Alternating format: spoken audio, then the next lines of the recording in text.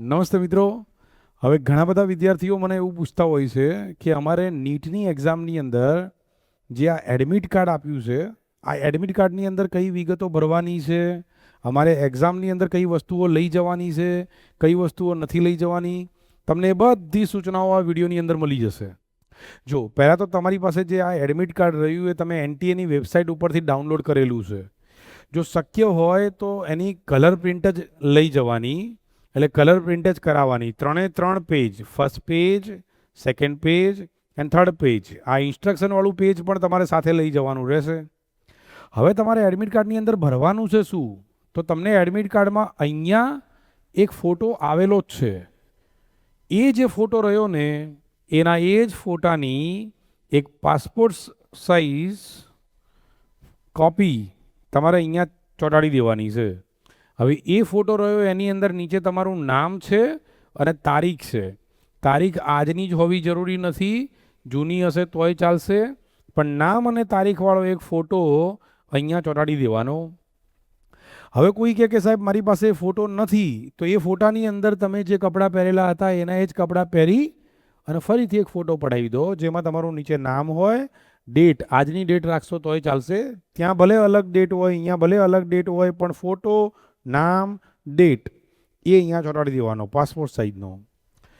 બીજું, તમારી left hand થંબની print અહીંયા ચોંટાડવાની છે. મતલબ તમારે લેફ્ટ હેન્ડને સહીવાળું કરી અને અહીંયા શક્ય હોય તો હોરિઝોન્ટલ અહીંયા તમારે એક થંબ પ્રિન્ટ લઈ લેવાની.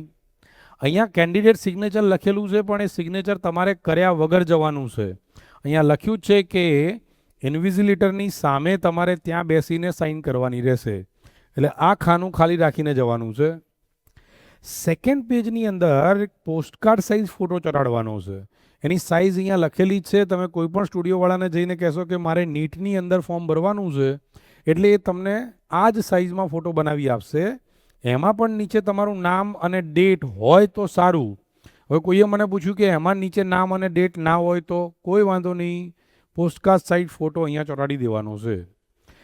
નીચે નામ અને ડેટ હોય તો સારું, જનરલી એ જ ફોટો વાપરો જે આગળ હોઈએ, પણ ના હોય તો ચાલશે, ફરી બીજો ફોટો પડાવવાની જરૂર નથી. બીજું કે ફોર્મ એડમિટ કાર્ડમાં જે ભરવાનું છે આટલું જ છે, 3 જ વસ્તુ. અહીંયા તમારે એક પાસપોર્ટ સાઇઝ ફોટો ચોંટાડવાનો છે. સેકન્ડમાં તમારે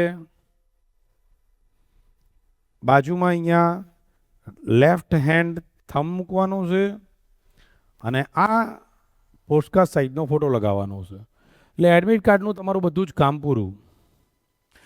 બીજું, આ લાસ્ટ પેજની અંદર બધી ઇન્સ્ટ્રક્શન આપેલી છે, પણ એ જે ઇન્સ્ટ્રક્શન આપી છે બધી ઇન્સ્ટ્રક્શન તમને લોકોને અહીંયા જ્યારે એક્ઝામ લેવાય ત્યારે ફોલો કરાવરાઈ જ છે.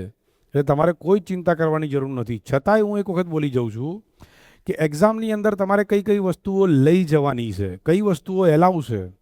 એડમિટ કાર્ડ ખાસ લઈ જવાનું છે. આ 3 પેજ એની અંદર મેં જેટલું કીધું એટલી વિગતો પતાવી દેવાની છે. સેકન્ડ, તમે ટ્રાન્સપરન્ટ વોટર બોટલ લઈ જઈ શકો. હવે ટ્રાન્સપરન્ટ વોટર બોટલ એટલે આપણી જે વોટર બોટલ હોય એ જ, ખાલી ઉપરથી પેલું રેપર કાઢી નાખવાનું.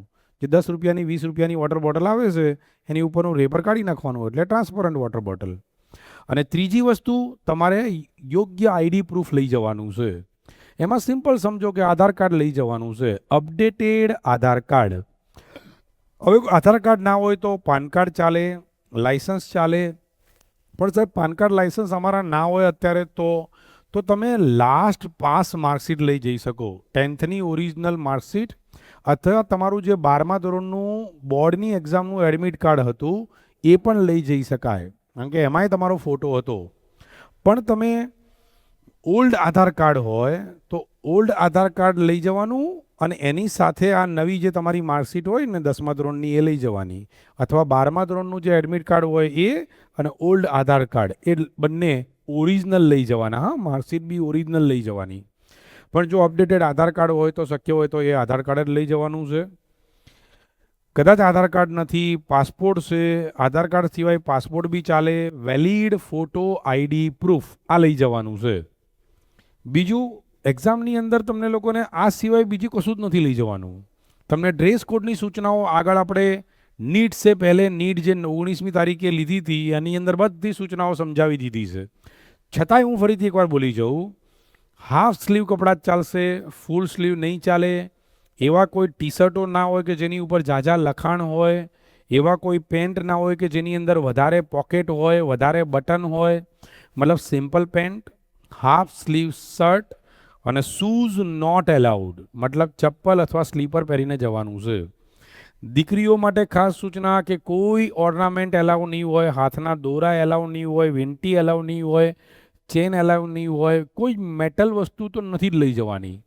ઘડિયાળ બિલકુલ એલાઉ નથી, ઇલેક્ટ્રોનિક કોઈ જ વસ્તુ નથી લઈ જવાની, કોઈ સ્ટેશનરી લઈ જવાની જરૂર નથી, કારણ કે તમને ખબર છે કે તમને લખવા માટેની પેન પણ ત્યાંથી આપશે. પાટિયું પણ એલાઉ નથી, પાટિયું નથી લઈ જવાનું. બીજું કે એક્ઝામની અંદર તમે જાઓ છો ત્યારે તમારે કોઈ દવા ચાલુ હોય, તમે બીમાર હોય અને કોઈ દવા ચાલુ હોય તો મેડિસિન તમે લઈ જઈ શકો. પણ જનરલ હું જે સૂચના આપું છું કે ભાઈ તમને લોકોને એડમિટ કાર્ડમાં લખેલું છે કે 11 વાગે એન્ટ્રી લઈ લેવી, તો ગરમીમાં એટલા 11 વાગે વહેલા જવાની જરૂર નથી. હું જનરલી કહેતો હોઉં છું કે 12:30 એન્ટ્રી લેવાની, 1:30 વાગે ગેટ બંધ થાય એના 1 કલાક પહેલાં. એટલે તમે જ્યાંથી પણ નીકળો છો ત્યાંથી જોઈ લેવાનું કે 12:30 એક્ઝેક્ટ તમે સેન્ટર આગળ પહોંચી જવા જોઈએ. આ નોર્મલ કે જેને કોઈ જ એક્સ્ટ્રા વસ્તુઓ નથી કેરી કરવાની એ વિદ્યાર્થીઓ માટે કીધું. જો કોઈ વિદ્યાર્થીને દવા ચાલુ છે એને દવા લઈ જવાની હોય, અથવા કોઈ વિદ્યાર્થીને રિલિજિયસ વસ્તુ હોય કે જે એને પહેરી જ રાખવી પડે એવી હોય, જેમ કે હિજાબ હોય અથવા બીજી કોઈ વસ્તુ એને પહેરી રાખવી પડે એવી હોય, અથવા મારી દીકરીઓને જો સેનેટરી પેડ કેરી કરવાના હોય તો એ અડધો કલાક વહેલા સેન્ટર ઉપર પહોંચે. એ લોકોનું અલગથી મેટલ ડિટેક્ટરમાં ચેકિંગ થશે અને એ વસ્તુઓ મેડિકલી રિક્વાયર્ડ વસ્તુઓ એલાઉ કરે છે. એ મેટલ ડિટેક્ટરમાં ચેક કરીને તમને જવા દેશે. એટલે અડધો કલાક વહેલા પહોંચી જવાનું. બાકી જનરલી કોઈ રસ ના કરશો, 12:30 એક્ઝેક્ટ સેન્ટર ઉપર પહોંચી જવાય એવી રીતે નીકળજો. ગાંધીનગરની આજુબાજુના જે નજીકના સેન્ટરો છે એમાં તો કોઈ તકલીફ નથી, પણ જે લોકોને અમદાવાદ સેન્ટર છે એ નકશામાં જેટલો ટાઈમ આપણે જીપીએસની અંદર જેટલો ટાઈમ બતાવતો હોય એના કરતાં અડધો કલાક પોણો કલાક વહેલા નીકળવું સારું, કારણ કે ટ્રાફિકની અંદર ક્યાંય ફસાઈ જઈએ તો લેટ ના થાય. બાકી બેટા તમે ઘણી બધી એક્ઝામો આપી છે, તમારો કોન્ફિડન્સ ખૂબ જ સારો છે અને ખૂબ સારી એક્ઝામ જશે. એટલે મારા બધા જ વિદ્યાર્થીઓને રવિવારે એક્ઝામ માટે ઓલ ધ બેસ્ટ. અને છતાંય તમને કોઈ તકલીફ હોય, કશું પૂછવું હોય તો તમે ફેકલ્ટીઝને વોટ્સએપ ઉપર પૂછી શકો છો. મોટે ભાગે દરેક સેન્ટર ઉપર કિશોર ઇન્સ્ટિટ્યૂટની કોઈ ટીમ મેમ્બર હાજર જ હશે. પણ છતાંય ક્યાંય તમને તકલીફ પડે, મૂંઝાઓ, તો તમે દરેક મેઇન ફેકલ્ટીને કોલ કરીને એ દિવસે કહી શકો કે સાહેબ મારે આ વસ્તુ ખૂટે છે અથવા મને આ સેન્ટર ઉપર આ તકલીફ પડી છે, તમે આવી જાઓ. બેટા કાનની બુટ્ટી, નાકની ચૂની કે એવી કોઈ ઓર્નામેન્ટલ વસ્તુઓ બિલકુલ એલાઉ નથી. વીંટી, હાથમાં પહેરવાનું કડું એ બિલકુલ પહેરીને ના જશો, કારણ કે ત્યાં કાઢીને મૂકશો ક્યાં. હવે અમુક વિદ્યાર્થીઓ જે હોસ્ટેલના રહ્યા એ લોકોને એવું હોય કે સાહેબ અમે લોકો પૈસા ને બધું વસ્તુ લઈ જઈએ છીએ તો એ અમે ક્યાં મૂકીને જઈએ. બે વસ્તુ છે, એક તો તમને ટ્રાન્સપોર્ટેશન મળે તો ટ્રાન્સપોર્ટેશનના જે વ્યક્તિ હોય એમને બધું આપીને જવાનું, વળતા હોય એટલે એમની પાસેથી લઈ જ લેવાનું. પણ જો તમે સિંગલ જાઓ છો તો તમારી જે કંઈ વેલ્યુએબલ વસ્તુઓ હોય એને તમારે એક કવરની અંદર, આપણે પેલું સ્ટેશનરીનું પોકેટ આવે ને એની અંદર મૂકી અને તમે ક્લાસની બહાર ત્યાં મૂકી શકો અથવા સ્કૂલની બહાર ત્યાં મૂકી શકો. તમારા રિસ્ક ઉપર તમે જ્યારે એક્ઝામ પતાવીને પાછા આવો છો ત્યારે ત્યાંથી એ વસ્તુઓ તમારે લઈ લેવાની. પણ મોટે ભાગે ના જ લઈ જશો, એવી કોઈ જરૂરિયાત ના હોવી જોઈએ. એનાથી વિશેષ કોઈ સૂચનાઓ નથી બેટા. ફરીથી એક વખત બેસ્ટ ઓફ લક.